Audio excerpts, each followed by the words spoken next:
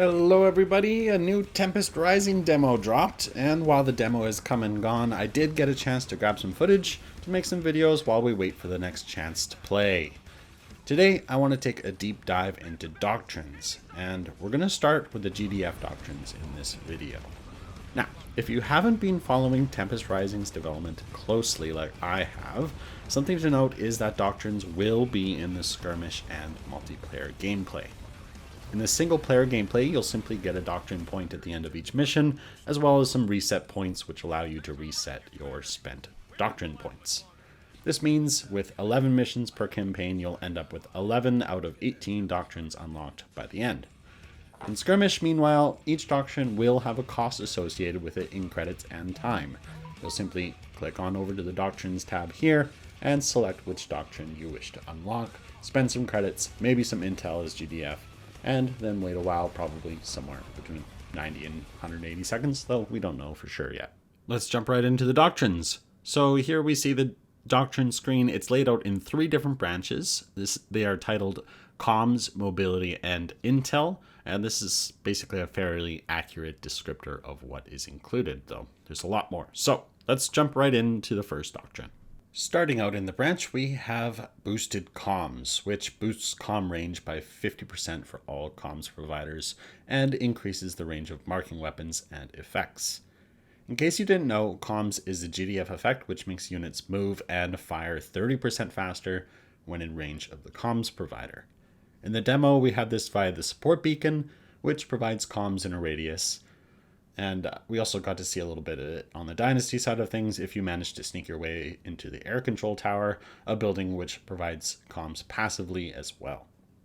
Overall, this seems to be one of the best starts to all the doctrine trees. Comms is a very important buff for the GDF, and without it, their troops tend to be a fair bit less cost efficient than the Dynasties, but with it, GDF will by and large have a much stronger advantage. Okay, next up we have Armored Communicators, which grants 40% additional health to all units and buildings which provide comms.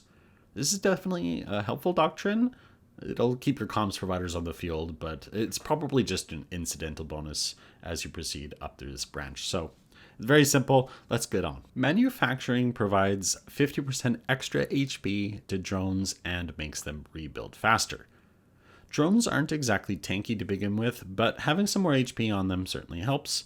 And I expect drones are going to be a mainstay of GDF, especially in multiplayer, because while free units are usually very good in RTS, so as long as you don't lose your unit that spawns the drone, you can just keep sending your drones in to chip away at the enemy. And especially once players really get good at manually controlling their drones, I expect this to be really strong.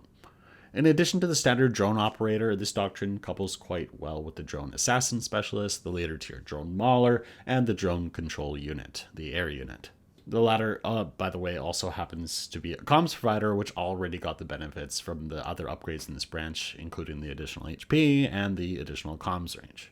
Okay, next up is Helmet Communications, which provides a global comms bonus to all infantry and makes field scouts and drones networked. This seems like a really strong buff to infantry, which just makes them a lot faster, makes them deal a lot more damage, and getting networked on your drones is also pretty incredible depending on how much additional range this is going to grant them against marked targets. More buffs for drones, a really great buff for infantry.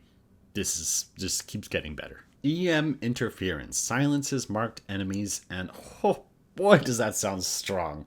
Imagine just dropping a beacon in the middle of a fight and suddenly your opponent can't use any active abilities, and apparently it also affects some passive abilities as well. So really, really good. Probably very infuriating to go up against. We'll see how this one plays out. Ambush Protocols grants drones invisibility until they attack and allows units that passively stealth to now stealth until they attack. It says invisibility here, but what I think this actually means is just out of combat stealth. In general, this is yet another buff to drones, which will allow them to close the distance before they start taking damage. And once they do start taking damage, they'll have that extra HP from earlier. And unless the enemy has some detection, it just sounds like super awesome, very strong. And unless you haven't been paying any much attention, I just love drones, okay? I love drones. But, okay, the second bonus here, which grants out-of-combat stealth, is probably even stronger. especially when we start looking at late game units like the Scrambler, which otherwise are just stealthed while immobile. I genuinely fear the Cloak Scrambler hit squads. Overall, probably my favorite Doctrine. Make sure to leave a comment, let me know which Doctrine you like the most. Overall, comms branch is looking awesome. Tons of stuff for drones, comms, even a bit of stealth tactics mixed in there. But let's move on to the mobility branch, which has a strong focus on base building, economy, and support powers. Okay, starting us out here is rapid deployment, which makes structures build 20% faster and return 40% bonus credits when sold. This is a nice little bonus to propel you into the mid game in multiplayer, and in single player, it seems like it's just a nice way to get a head start on any mission. The bonus to sell price also should help considerably when you're doing any kind of mass sell strategy to fund a decisive push or a tech switch or whatever. Just note that the 40% bonus multiplies the 40% bonus to sell. It multiplies against the returned value. So selling a barracks which costs 600 will normally make you 300 credits back, which is the standard 50% return value. With this doctrine, it will return 420 credits, which is 40% of 300. So that's about 70% of the initial price of the barracks. And just in case you were wondering, even with this doctrine, it is still more efficient to build harvesters from your vehicle bay instead of buy a refinery and sell it for the free harvester. But the difference is now only going to be 60 credits. So it could be pretty viable to use this option if you'd rather keep your vehicle bay pumping units and have some extra time to build a refinery instead of the harvester from the vehicle bay. I hope that makes sense. Overall, pretty flexible doctrine. Okay, next up we have resistant treads, which makes harvesters move 30% faster and carry 20% more resources. So if you watched my Tempest Mechanics Explained video, which if you haven't, go check it out, you'll definitely know that pods have 800 credits in them, which used to translate to a full load of a GDF harvester. Except for the fact that in the most recent build, harvesters seem to hold 1000 Tempest. That said, there might be something weird going on with the varying Tempest amounts based upon the difficulty setting. Brandon did confirm that the Tempest respawn timers do vary based on difficulty, but we'll figure this all out in good time.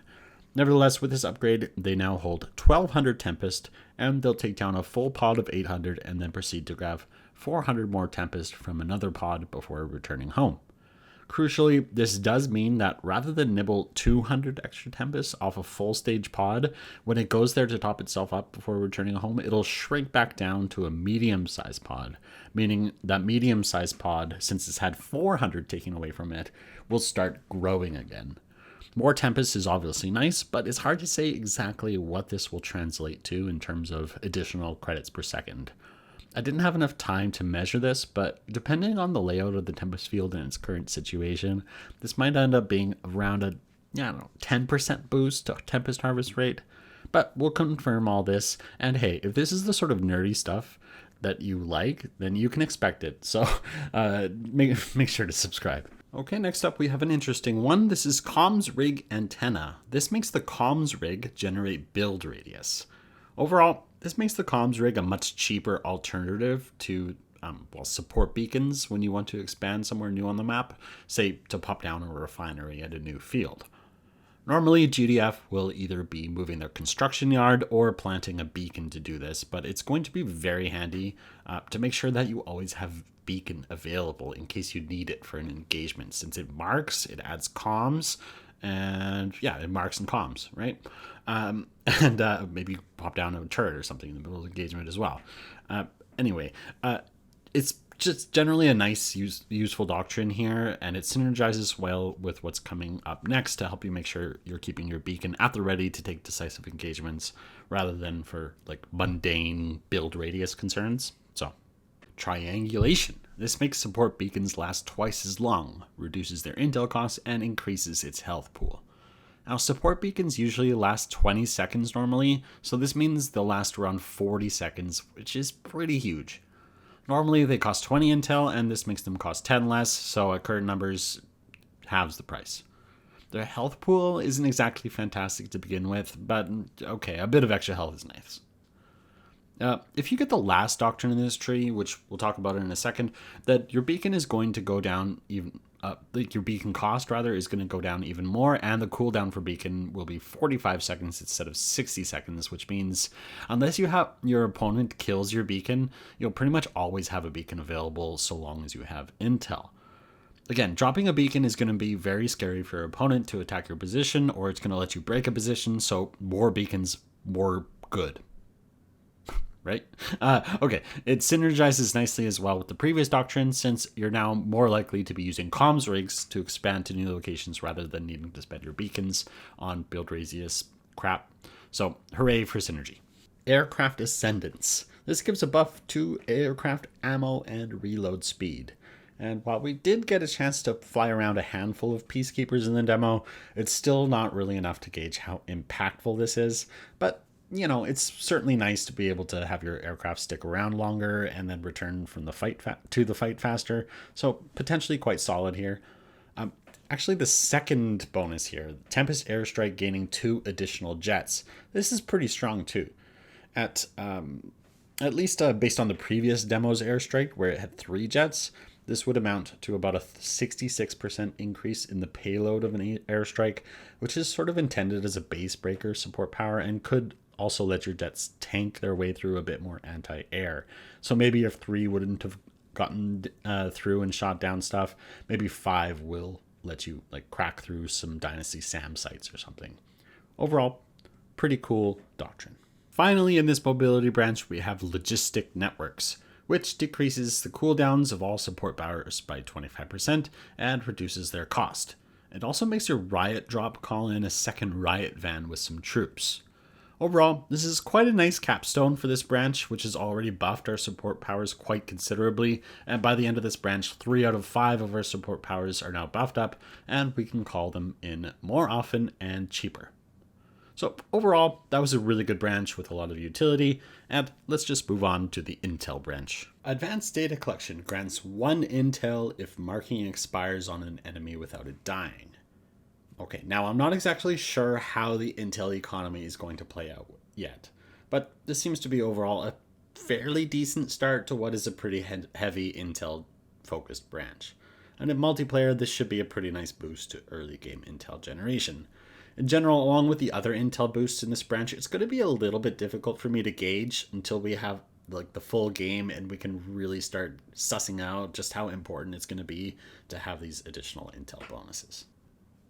Okay, pinpoint weaknesses. This grants 20% additional damage to lasers and tags enemies as marked.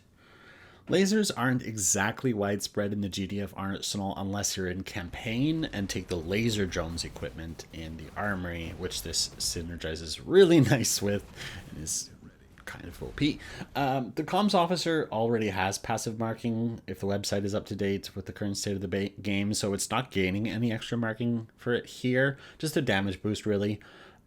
The Shield Maiden is strictly anti-air, and the Queller is an anti-ground laser gunship, so really I think this doctrine is going to come down to how prevalent the Quellers are in your strategy.